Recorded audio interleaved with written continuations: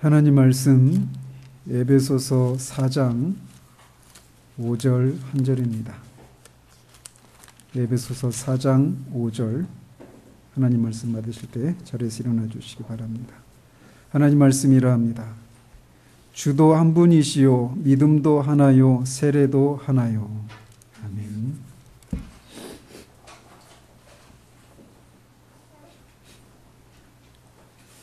지난주에는 사제를 통해서 교회가 하나됨을 힘써 지켜야 하는 이유 혹은 근거들 중에 첫 번째로 성령과 관련된 내용들에 대해서 살펴보았습니다.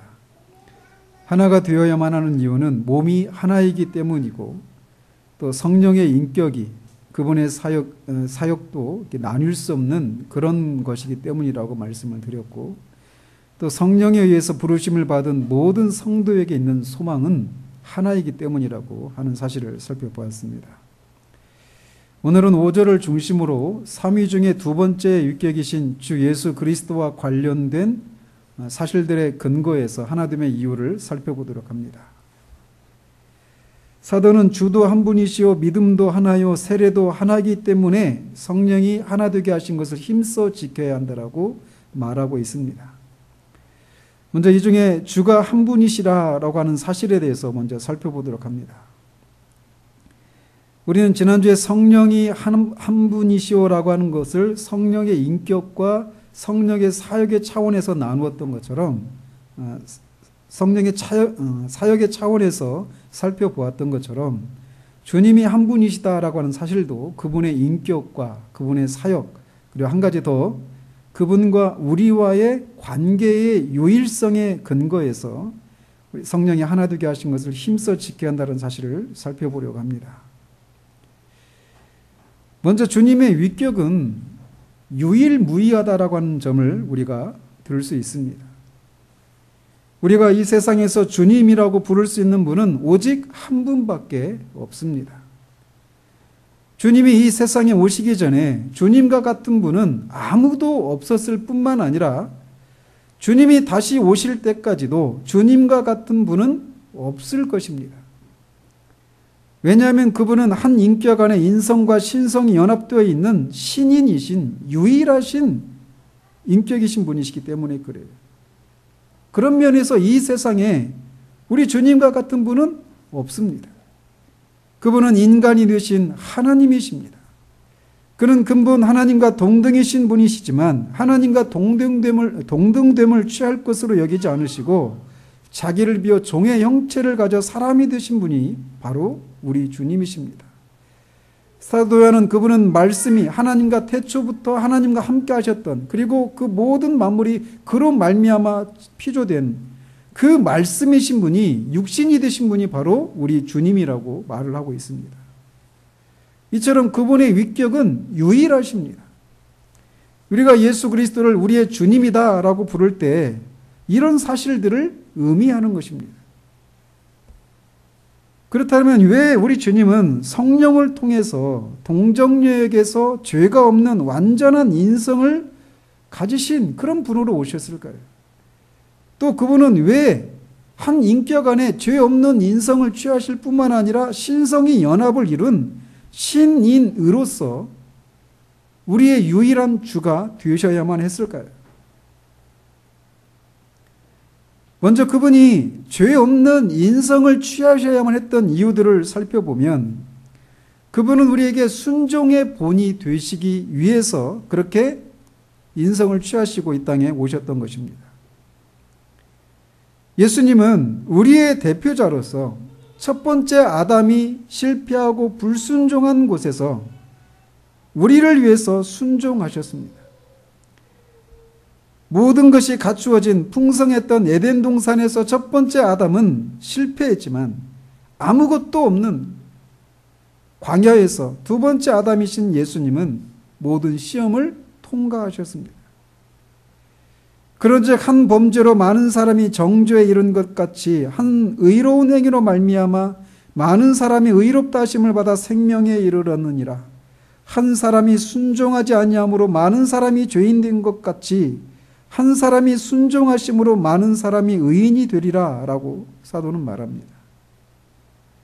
그리스도는 마지막 아담으로 이 땅에 오신 그런 분이신데, 그분이 첫 번째 아담이 우리를 대표하는 대표자로 섰던 것처럼 두 번째이자 마지막 아담이신 우리 주님이 우리의 대표자로서 우리의 자리에서 순종하시기 위해서 인간이 되셔야만 했던 것입니다.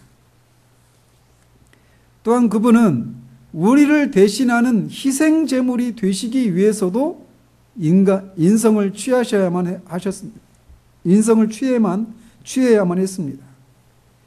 만일 예수님께서 인간이 아니셨다라면 그는 우리를 대신해서 죽어서 우리가 지불해야 할 죄값을 지불하실 수 없었을 것입니다. 그래서 히브리서 기자는 이렇게 말을 합니다. 이는 확실히 천사들을 붙들어 주려 하심이 아니요 오직 아브라함의 자손을 붙들어 주려 하심이라. 그러므로 그가 범사의 형제들과 같이 되심이 마땅하도다.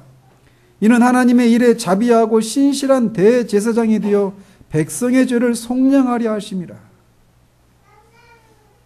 하나님께서는 천사가 아닌 저와 여러분들과 같은 죄인, 하나님을 대적하는 원수들인 우리들을 구원하는 데 관심이 있으셨기 때문에 예수님은 천사가 아닌 사람이 되셨던 것입니다.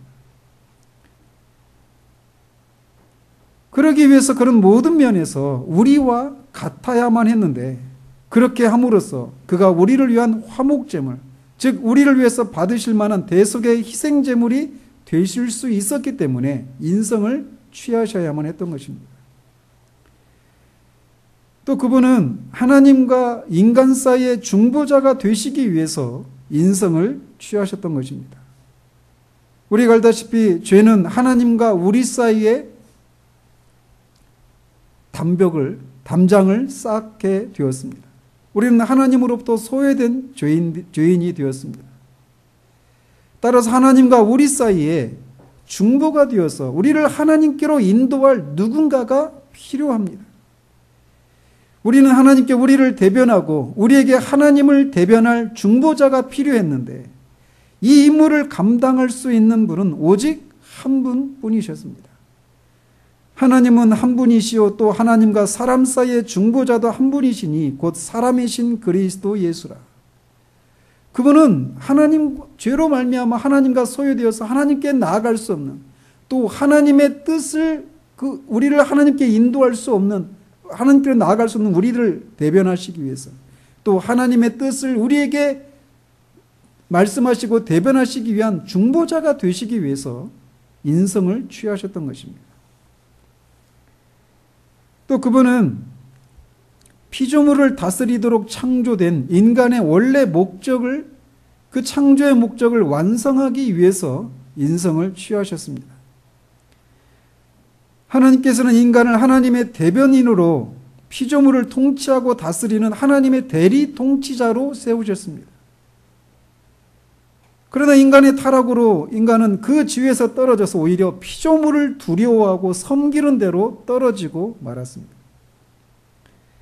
예수님께서는 그런 인간의 상태를 회복하셔서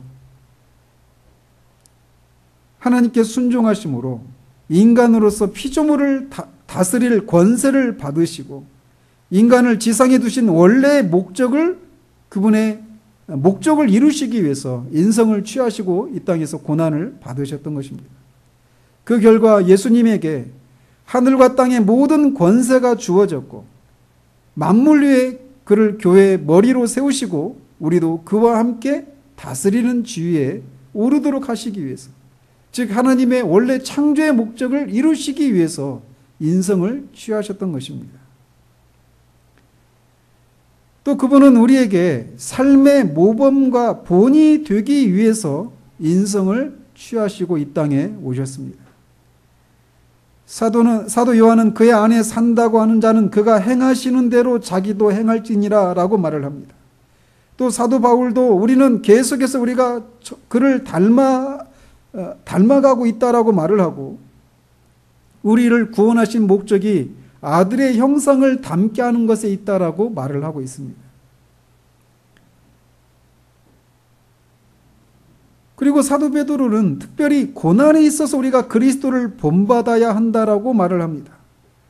이를 위하여 너희가 부르심을 받았으니 그리스도도 너희를 위하여 고난을 받으사 너희에게 본을 끼쳐 그 자취를 따라오게 하려 하셨느니라.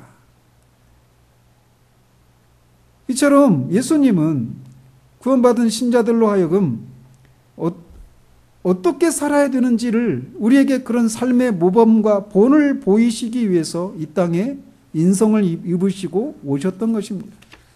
만약 그분이 하나님으로 오셨다라면 우리 인간인 우리는 절대로 그분을 닮아가는 일들을 할 수가 없어요. 그러나 그분이 인간으로 오셔서 우리로 하여금 어떻게 사는 것이 하나님 앞에 옳은 삶인지라고 하는 것을 스스로 자신의 삶을 통해 본을 보이심으로 그 뒤를 그 자취를 우리가 따라가도록 하셨다라는 것이죠. 또 그분은 구속받은 육체의 본이 되기 위해서 인간으로 오셨습니다. 예수님은 죽음에서 부활하셔서 새로운 신령한 몸을 입으셨습니다. 그리고 이것은 우리가 죽음에서 부활했을 때 입게 될 우리의 육체의 모형입니다. 따라서 그는 성경 그리스도를 부활의 첫 열매라고 부르시는 것이죠. 이렇게 예수님은 죽음에서 부활한 첫 열매가 되시고 우리가 부활한 육체의 모형을 보이시기 위해서 인간이 되셨던 것입니다. 마지막으로 그분이 인성을 취하신 이유는 대제사장으로서 우리를 긍휼히 여기시기 위해서입니다. 만약 예수님이 인간이 아니셨다라면 우리가 살아가면서 겪는 많은 시험과 갈등을 체험으로 알지는 못하셨을 것입니다. 그러나 그는 사람으로 사셨기 때문에 우리와 똑같은 사람으로 사시면서 우리가 겪는 많은 시험과 갈등을 몸소 체험하시는 것을 통해서 우리를 시험과 갈등 안에서 탄식하는 우리를 온전하게 하시고 도우실 수 있는 대제사장이십니다. 그가 시험을 받아 고난을 당하셨은즉 시험 받는 자들을 능히 도우실 수 있느니라라고 히브리서 기자가 말하는 이유가 바로 여기에 있습니다. 그렇기 때문에 히브리서 기자는 우리에게 이렇게 권면을 합니다. 우리에게 있는 대제사장은 우리의 연약함을 동정하지 못하실 이가 아니다. 그는 모든 일에 우리와 똑같이 시험을 받으신 이시지만 죄는 없다. 그러므로 우리는 긍휼하심을 받고 때를 따라 돕는 은혜를 얻기 위하여 은혜의 보좌 앞에 담대히 나아갈 것이라 라고 권면하는 것입니다. 이와 같은 이유들로 인해서 그는 죄 없는 인성을 취하셔야만 했습니다. 죄 없는 인성을 가지신 사람이시라고 하는 분에서 그분은 유일하신 분이십니다. 또 그분은 다음과 같은 이유들로 인해서 신성을 동시에 필요로 하셨습니다.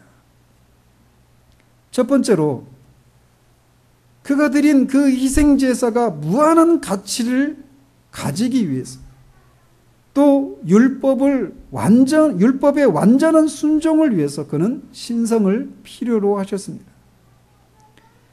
그가 십자가 위에서 드린 속죄의 제사를 포함한 모든 고난의 구속적인 가치는 그의 신성의 효능으로 발생한 것입니다.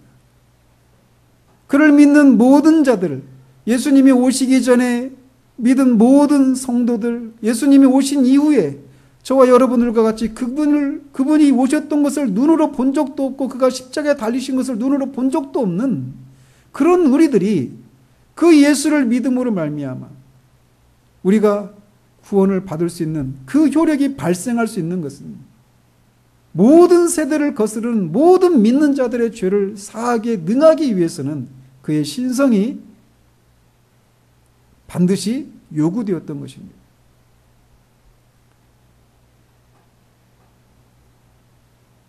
또 그가 하나님의 진노에 구속적으로 당하시기 위해서는 이 하나님의 신성이 반드시 인성을 뒷받침하는 일이 필요했습니다. 그를 믿는 모든 사람들을 율법의 저주로부터 해방하고 그들이 받아야 될 진노를 당하기 위해서는 그에게 신성이 필요했던 것입니다.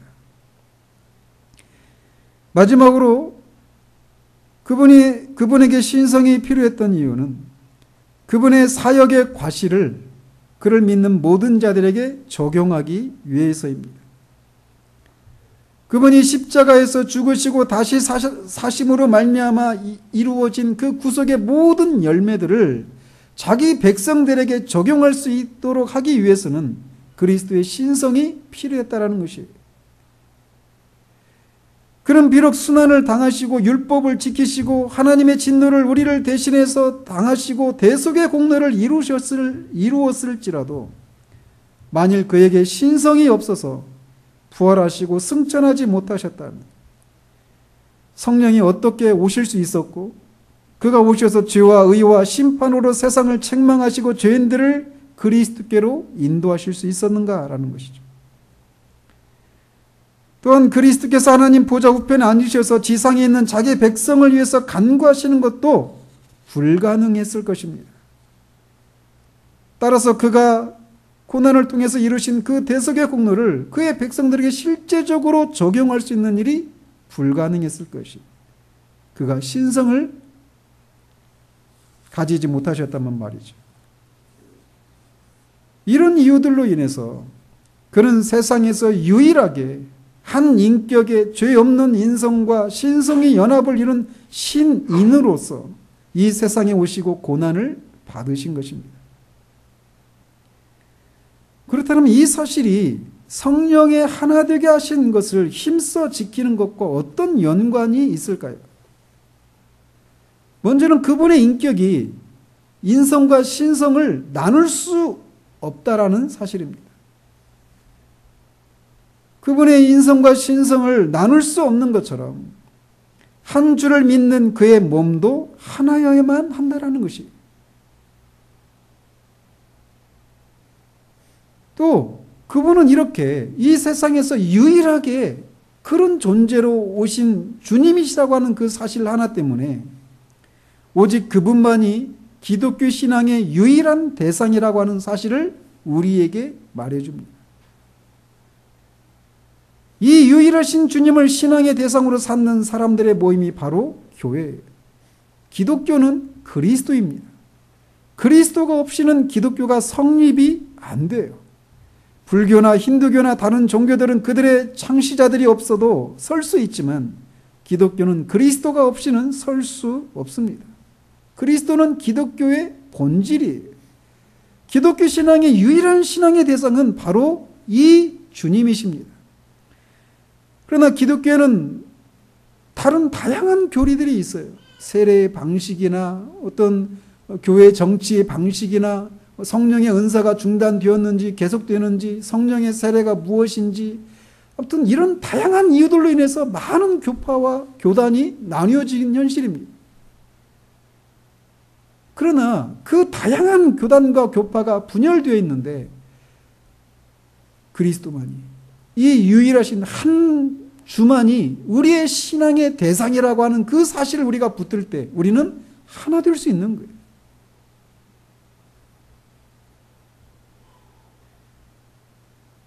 그리스도의 인격은 나뉠 수가 없습니다. 기독교는 그리스도 우리 주님이 전부입니다. 이 사실은 우리에게 또 다른 교훈을 주는데 그것은 우리가 그리스도에 대해 믿을 때 그분에 대한 모든 것을 전체로 믿어야 한다라는 것입니다. 즉 그분은 우리의 의로움을 위해서만 믿는다든지 죄사함을 위해서만 붙든다든지 성화를 위해서만 그분을 믿고 붙든다라고 말해서는 안 된다라는 것이에요. 그분은 하나님께로부터 나와서 우리에게 지혜와 의로움과 거룩함과 구속이 되셨다라고 말을 하고 있는 것처럼 우리는 그분을 믿을 때 그분의 전체를 믿는 것입니다. 따라서 그분의 어떤 기독교 신앙의 어떤 한 부분만을 강조해서 어떤 교단, 침례교단, 침례의 한 특징을 가지고 또는 장로교단 또는 성결교단 이런 식으로 기독교 신앙 그분의 어떤 그 한 부분만을 특정하게 강조해서 나뉘는 이런 일들은 성경에 벗어나는 거예요. 그분의 인격은 나뉠 수 없습니다. 또한 그분의 사역과 관련해서도 그분은 이처럼 그분의 인격이라고 하는 측면에서 교회가 하나 되어야 할 이유가 바로 이런 것들이 있어요. 또한 그분의 사역과 관련해서도 그분은 유일하신 분이십니다. 이것은 방금 말씀드린 대로 그분의 인격의 유일성에 따라 나오는, 자연스럽게 따라 나오는 것이라고 할 수 있어요. 그분은 한 인격 안에 인성과 신성을 가지신 분으로 오셔서 이 세상의 유일한 구세주가 되실 수 있었습니다. 그래서 앞에서 말씀드린 것처럼 인성을 가지셔야만 했고 신성을 가지셔야만 했던 것이, 그래서 그분만이 이 세상의 유일한 구세주가 되실 수 있었던 것입니다. 그분 외에는 죄인을 구원할 자가 없습니다. 그래서 베드로는 천하 인간의 구원을 얻을 만한 다른 이름을 우리에게 주신 일이 없다라고 담대하게 말했던 것입니다. 그런 면에서 기독교는 세상이 조롱하는 것처럼 너무 배타적이다라고 말하는 그런 소리를 들어 마땅합니다. 아니, 들어야 합니다. 왜냐하면 그분만이 유일한 구세주이시기 때문에 그래요. 즉 성령이 하나 되게 해서 한 교회로 부르심을 받은 모든 성도들은 이렇게 유일한 구세주를 통해서 하나가 된 사람들이기 때문에 하나 되게 하신 것을 힘써 지켜야 한다라는 것입니다. 마지막으로 주님과 우리와의 관계에 있어서도 유일한 관계이기 때문에 우리는 성령이 하나 되게 하신 것을 힘써 지켜야 합니다. 우리와 그분과의 관계는 주님과 종의 관계입니다. 즉 오직 그분만이 우리의 주님이시라는 거예요. 그분이 우리의 주님이신 이유는 그가 그의 핏값으로 우리를 사셨기 때문입니다. 사도는 고린도 교회를 향해 너희는 너희 것이 아니라 값으로 산 것이 되었다라고 말을 합니다. 그분을 주님으로 믿는 모든 그리스도인은 그분이 값을 치르고 사신 바 된 사람들입니다. 따라서 우리는 우리 자신의 것이 아니고 오직 그분의 것입니다. 더 이상 우리 자신이 우리가 우리 자신의 것이 아니에요. 사나 죽으나 우리는 주님의 것입니다. 마찬가지로 이 사실은 다른 사람 역시도 우리의 주인이 아니라는 사실을 포함하고 있는 것입니다. 마찬가지로 우리도 다른 사람의 주인이 아니라는 것이에요. 우리들은 서로의 주인이 아닙니다. 오직 주님만이 우리의 유일한 주님이십니다. 왜 사람들 사이에서 시기하고 질투하고 쓸데없는 허영심을 부리고 또 경쟁하면서 다툼이 일어날까요? 왜 서로 부부간에 네가 잘났다, 내가 잘났다, 네가 잘못했다, 내가 잘못했다 하면서 서로 싸우고 경쟁하고 다툼을 할까요? 왜 자신의 자존심을 꺾지 않고 끝까지 내가 옳다라고 하는 것을 입증하고야 말겠다라고 하면서 서로 그렇게 싸울까요? 여러 가지 이유가 있지만 그 뿌리를 들어가 보면 내가 상대방의 주인이 되려고 하는 거예요. 그걸 인정하지 않는 겁니다. 그러나 기억하십시오. 이 세상의 유일한 주님은 오직 우리 주님 한 분뿐입니다. 나의 주인은 주님 한 분뿐이에요. 다른 사람의 주인도 주님 한 분뿐입니다. 우리는 서로 간의 주인이 아니에요. 그래서 사도 바울이 너희 안에 이 마음을 품으라, 그리스도의 마음을 품으라고 얘기하는 거예요. 그는 근본 하나님과 동등하신 분이지만 동등됨을 취할 것으로 여기지 아니하시고 자기를 비워서 종의 형체를 취하시고 죽기까지, 십자가에 죽기까지 복종하셨다라고 말하고 있어요. 우리에게 요구되는 자세가 그런 거예요. 서로에게 요구되는 자세가 그런 거라는 겁니다. 주인으로서 행사하려고 하지 않고 섬기고 종으로서 그럴 때 하나가 될 수 있는 거예요. 또한 사도는 주도 하나이시오라고 하는 말에 이어서 믿음도 하나이기 때문에 성령이 하나 되게 하신 것을 힘써 지켜야 한다라고 말을 하고 있습니다. 여기서 말하는 한 믿음은 한 주와 밀접한 관계가 있다라고 하는 사실에 근거해서 이 말이 무엇인지를 살펴보아야 합니다. 왜냐하면 우리가 알다시피 우리가 믿어야 할 기독교의 진리는 매우 많습니다. 그래서 어떤 것들은 사람마다 다양한 해석을 하는 경우도 있기 때문에 그 다양한 해석에 따라서 다양한 교단과 교파로 나누기도 한다라는 것이죠. 따라서 사도가 여기서 말하는 한 믿음이라고 하는 것은 우리가 믿어야 할 모든 것에서 의견의 일치를 보아야 한다라고 하는 것을 말하는 것이 아니라고 하는 것이 분명합니다. 따라서 사도가 여기서 말하는 한 믿음이란 복음의 핵심과 관련해서 하나의 믿음이 있다라고 하는 것을 의미하는 것이 분명합니다. 즉 구원과 관련된 근본적이고 중추적인 진리에 대한 믿음에 있어서 하나다라고 말하고 있다라는 거예요. 구원과 관련된 근본적이고 중추적인 복음의 핵심이 되는 진리가 있다라면 그것은 바로 믿음으로 말미암아 의롭다함을 받는다라고 하는 교리일 것입니다. 사도가 전한 복음은 바로 이것이었습니다. 내가 복음을 부끄러워하지 아니하노니 이 복음은 모든 믿는 자에게 구원을 주시는 하나님의 능력이 됨이라. 먼저는 유대인에게요 그리고 헬라인에게로다. 복음에는 하나님의 의의가 나타나서 믿음으로 믿음에 이르게 하나니 기록된 바 오직 의인은 믿음으로 말미암아 살리라 함과 같으니라. 또 로마서 3장 26절 27절에서 곧 이때 자기의 의로우심을 나타내사 자기도 의로우시며 또한 예수 믿는 자를 의롭다 하려 하심이라. 그런즉 자랑할 때가 어디냐 있을 수가 없느니라. 무슨 법으로냐 행위로냐 아니라 오직 믿음의 법으로니라. 그러므로 사람이 의롭다 하심을 얻는 것은 율법의 행위에 있지 않고 믿음으로 되는 줄 우리가 인정하노라 라고 말을 합니다. 믿음으로 말미암아 구원을 받는다라고 하는 가장 대표적인 구절이 있다라면 로마서 10장 9절 10절일 것입니다. 네가 만일 내 입으로 예수를 주로 시인하며 또 하나님께서 그를 죽은 자 가운데서 살리신 것을 내 마음에 믿으면 구원을 받으리라. 사람이 마음으로 믿어 의에 이르고 입으로 시인하여 구원에 이르니라.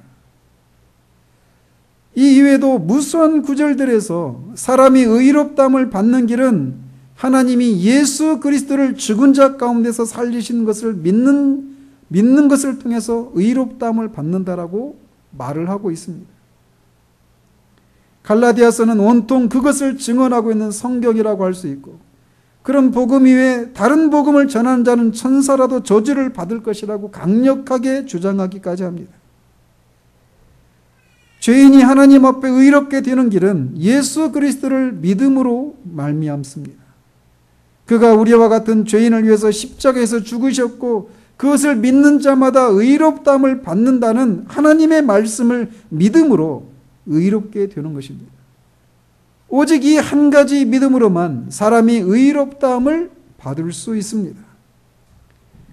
모든 사람이 이 한 가지 믿음으로 구원을 받기에 동일한 믿음을 소유한 자들은 하나가 되어야 한다는 것이죠. 여기서 우리가 특히 강조해야 될 것은 하나의 믿음입니다. 즉 오직 믿음이라는 사실이에요.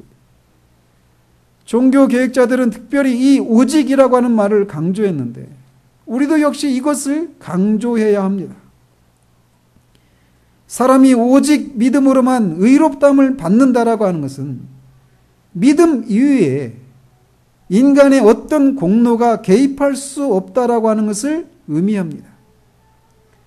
가톨릭에서 주장하고 있듯이 예수 그리스도의 십자가의 공로 외에 인간의 선행이라고 하는 노력이 더해짐으로써 의롭다함을 받는 것이 아니라 오직 그리스도의 십자가의 공로만이 우리를 의롭게 한다라는 겁니다.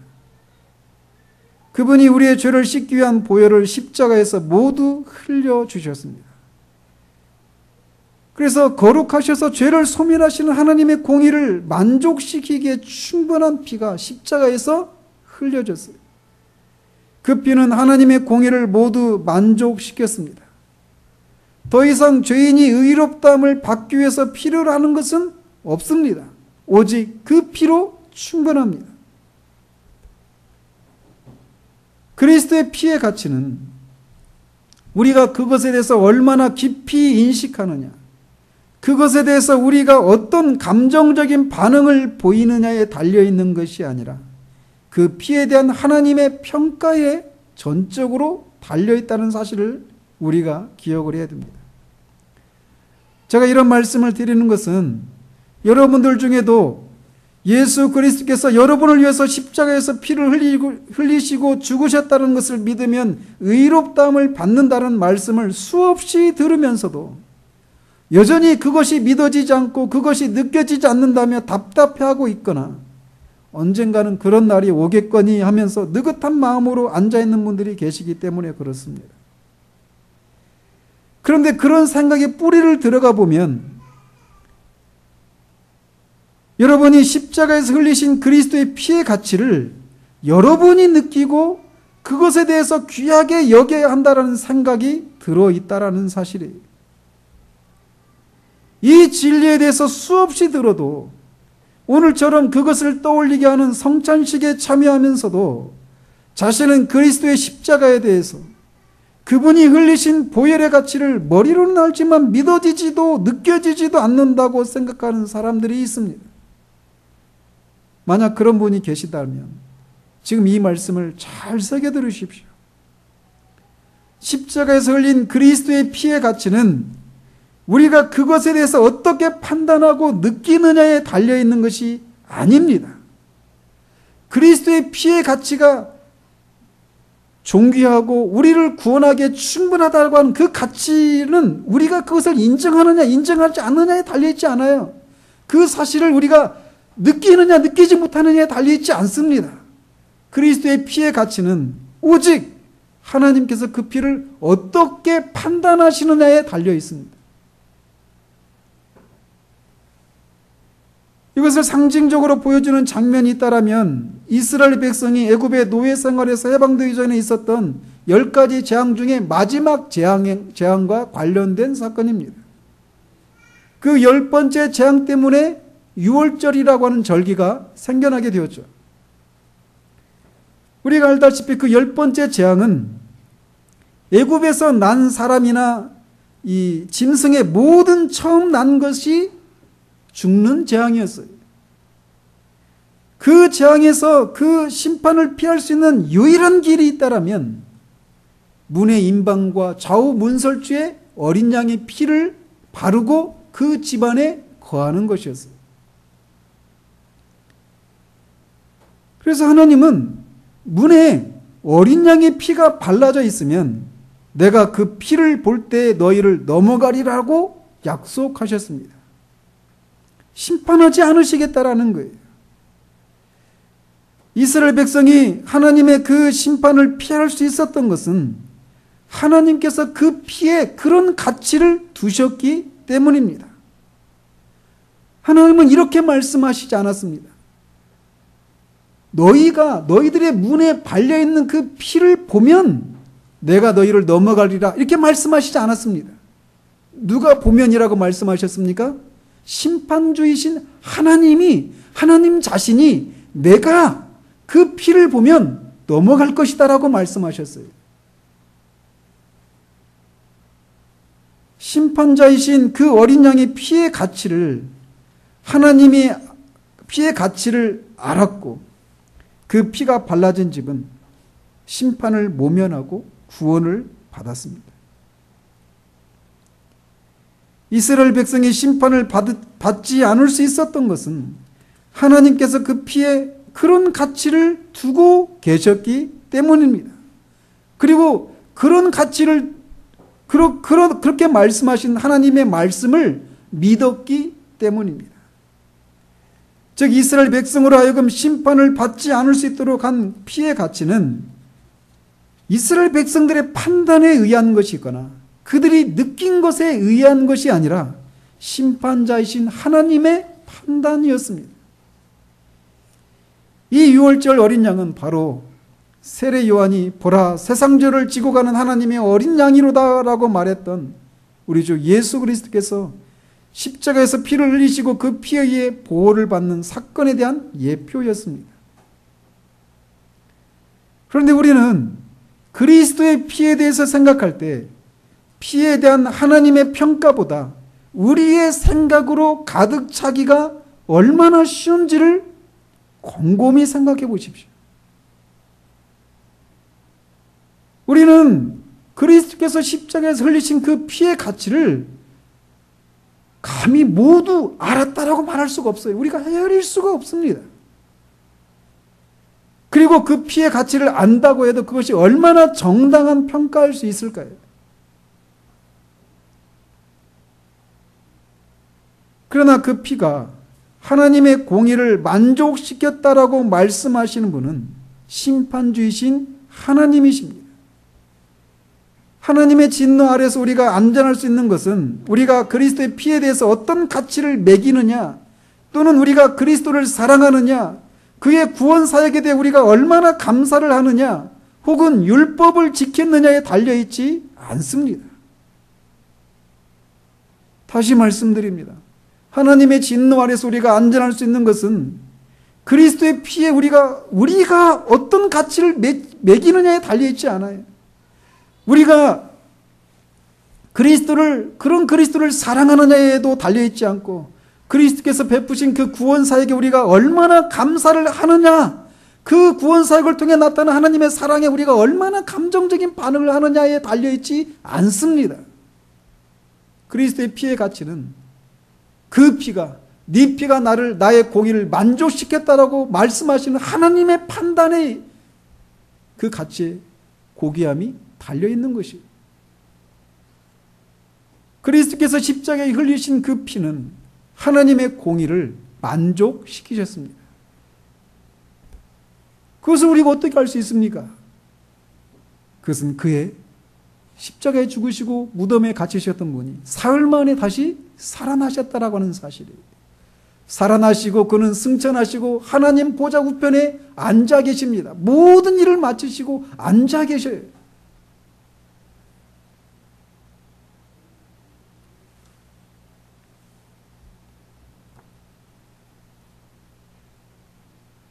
만약 이런 것에 말씀드린 그런 요소들에 우리의 안전이 달려있다면 그것은 매우 심각한 위험을 초래할 것입니다.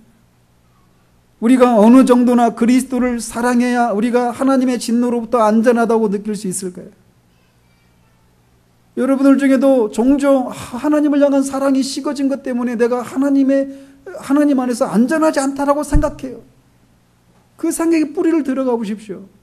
그리스도의 피의 가치를 하나님이 어떻게 생각하느냐에 우리의 믿음의 근거를 두고 있지 않다라고 하는 것은 그런 것을 통해서 보이는 것입니다. 내가 구원에 대해서 얼마나 감사를 느끼고 있는지, 이것에 의해서 하나님과의 관계 속에 안전을 헤아리려고 하는 그 생각의 뿌리에는 그리스도의 피의 가치를 내가 매기느냐에 있다라고 하는 생각이 자리하고 있다라는 거예요. 그러나 다시 말씀드리지만 그리스도의 피의 가치는 심판주이신 하나님이 그것을 어떻게 보시느냐에 달려있다라는 사실입니다. 그런데 감사하게도 하나님은 십자가에서 죽으시고 모든 피를 쏟으신 그 예수 그리스도의 그 피의 가치를 모든 믿는 자들을 의롭게 하기에 충분한 가치로 보셨다라는 사실이에요. 그것에 대한 증거로 그를 다시 죽은 자 가운데서 다시 살리시고 승천하시고 하나님 보좌 우편에 앉히셨다는 사실입니다.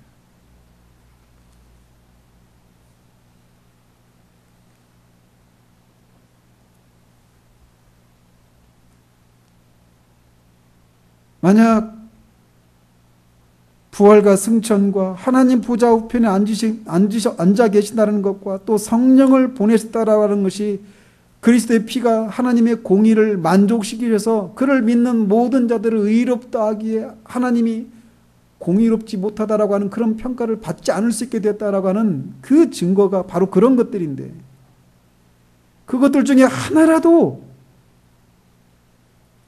그리스도의 피가 하나님을 만족시키지 않았다면 그것들 중에 하나도 일어날 수가 없는 일입니다. 그러므로 우리가 기억해야 할 것은 그리스도의 피가 하나님을 만족시켰다라고 하나님께서 말씀하셨다라는 사실이에요. 하나님은 그의 피를 만족하셨기에 우리를 의롭다고 하실 수 있었고, 우리를 의롭다고 하실 수 있었기에 그리스도를 통해서 하늘에 속한 모든 신령한 복을 우리에게 쏟아 부어 주실 수 있으셨던 것입니다. 그렇기 때문에 그리스도의 피를 하나님이 만족하셨고, 그것에 대한 증거로 그가 다시 사시고 하나님 보좌 우편에 앉아 계시다는 사실을 그가 알았던 사도는 로마서에서 이렇게 외치는 것입니다. 누가 능히 하나님께서 택하신 자들을 고발하리요, 의롭다 하신 일은 하나님이시니 누가 정죄하리요. 죽으실 뿐 아니라 다시 살아나신 일은 그리스도 예수시니 그는 하나님 우편에 계신 자요 우리를 위하여 간구하시는 자시니라. 그리스도의 피가 그를 믿는 모든 자들을 의롭다 하기에 충분하기 때문에 하나님은 그의 공의에 아무런 거리낌이 없이 사탄의 어떤 참소에도 분명한 근거를 제시하시면서 그를 믿는 자들을 의롭다고 하실 수 있으셨어요. 그렇기 때문에 아무도 정죄할 수 없습니다.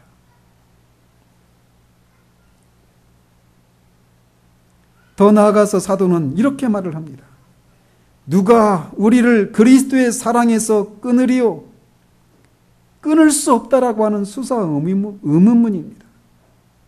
환난이나 곤고나 박해나 기근이나 적신이나 위험이나 칼이랴. 기록된 바 우리가 종일 주를 위하여 죽임을 당하게 되며 도살당할 양같이 여김을 받았나이다 함과 같으니라.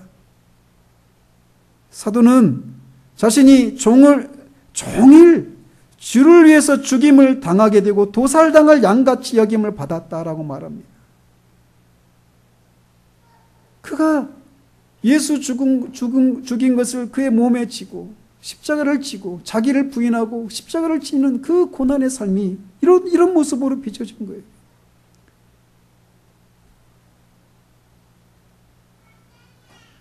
주를 위해서 죽임을 당한 것 같은, 도살당할 양같이 여김을 받은 그런 삶을 살고 있어요.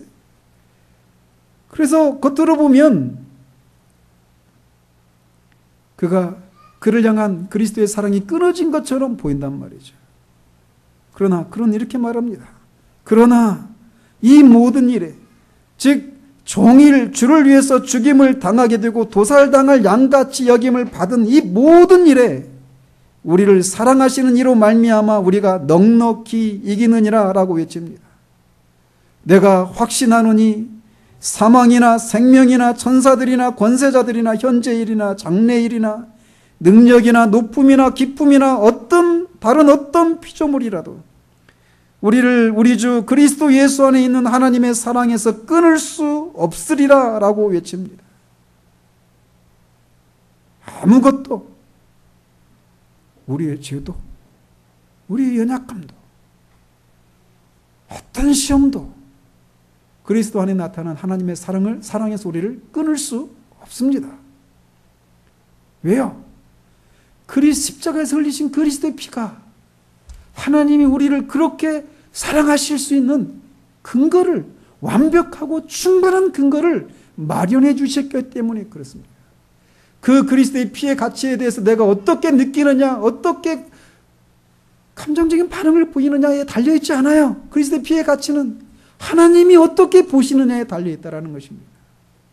그런데 하나님은 그 피의 가치를 그렇게 보신 거예요. 모든 믿는 자들을 의롭다 하게 하시고, 모든 믿는 자들을 하나님의 자녀로 삼아주시고, 모든 믿는 자들을 하나님 나라의 상속자로 삼아주시고, 모든 믿는 자들을 아들의 형상으로 빚어가기에 하나님이 일하실 수 있는 충분한 근거를 마련하기에 충분하도록 그 피의 가치가 거기에 있다는 것입니다. 그래서 하나님이 하늘에 속한 모든 신령한 복을 그를 믿는 자들에게 주시는데 아무런 장애가 없는 그런 가치를 그리스도의 피가 가지고 있다라고 하는 것을 부활을 통해서, 승천을 통해서, 그를 하나님 보좌 우편에 앉히시는 것을 통해서, 성령을 보내시는 것을 통해서 이 세상 가운데 선언하신 것입니다. 그것에 대해서 아무도, 그 어떤 것도 반박할 수 없어요. 그 피는 공의로운 피다. 모든 믿는 자들을 그렇게 내가 할 수 있는, 대할 수 있는 충분한 가치가 있다라고 선언하신 분은 하나님이십니다. 우리가 예수를 믿는다라고 하는 것은 바로 그거예요. 하나님이 그 예수의 피, 우리가 성찬을 통해서 기념하고 있는 그 피의 가치를 하나님이 옳다고 인정하셨다라고 하는 것이 있다라는 것이, 그 하나님을 믿는 겁니다. 그 믿음으로 우리가 의롭다함을 받는 거예요. 만약 그 사실을 믿지 않는다라는 얘기는 하나님을 거짓말쟁이로 말하는 것입니다. 그렇기 때문에 여러분이 믿지 않는다라고 하는 것은 커다란 죄인 것이에요. 하나님을 거짓말쟁이라고, 아니 어떻게 그런 일이 있을 수 있어요? 라고 말하는 그런 죄악이기 때문에 큰 죄인 것입니다. 믿지 않는 죄는.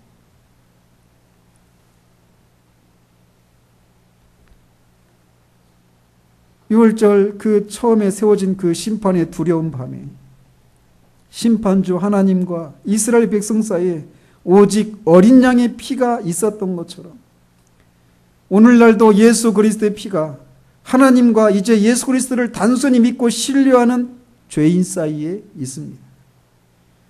우리의 사랑이나 평가나 우리의 그 어떤 것에 의해서 의롭다함을 받는 것이 아니라 오직 그리스도의 피에 의해서, 오직 하나님의 은혜로만 우리는 구원을 받는 것입니다. 모든 신자들은 이 한 믿음으로 구원을 받기에 하나가 되어야 하는 것입니다.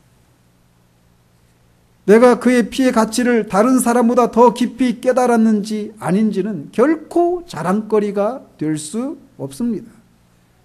내가 그의 피에 대해서 감정적으로 다른 사람보다 더 진하게 느꼈는지는 자랑거리가 될 수 없습니다. 그의 피로 인해서 나타난 하나님의 사랑이 우리가 다른 사람보다 더 깊이 느꼈는지도 자랑거리가 될 수 없습니다. 왜냐하면 우리가 하나님의 진노 앞에서 안전할 수 있는 유일한 이유는 우리와 하나님 사이에 있는 그리스도의 피의 가치를 하나님께서 귀하게 보셨기 때문이고, 우리는 그 사실을 그렇게 말씀하신 하나님의 말씀을 믿음으로만 구원에 이르기 때문입니다.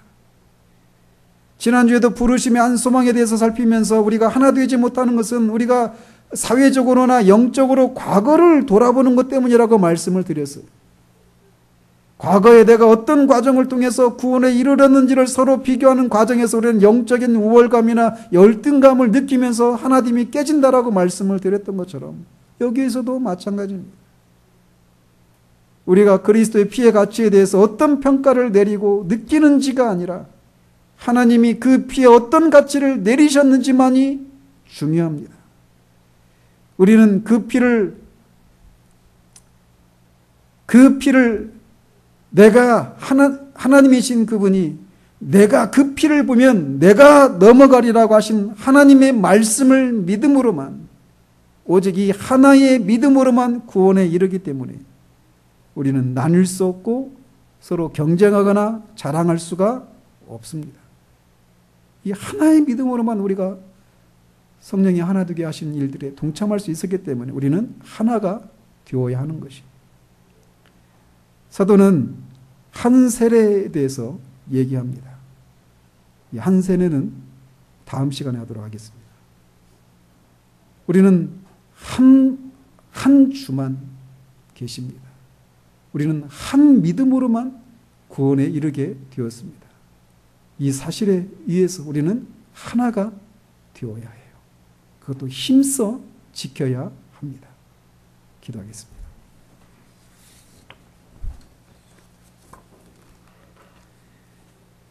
살아계신 하나님 아버지,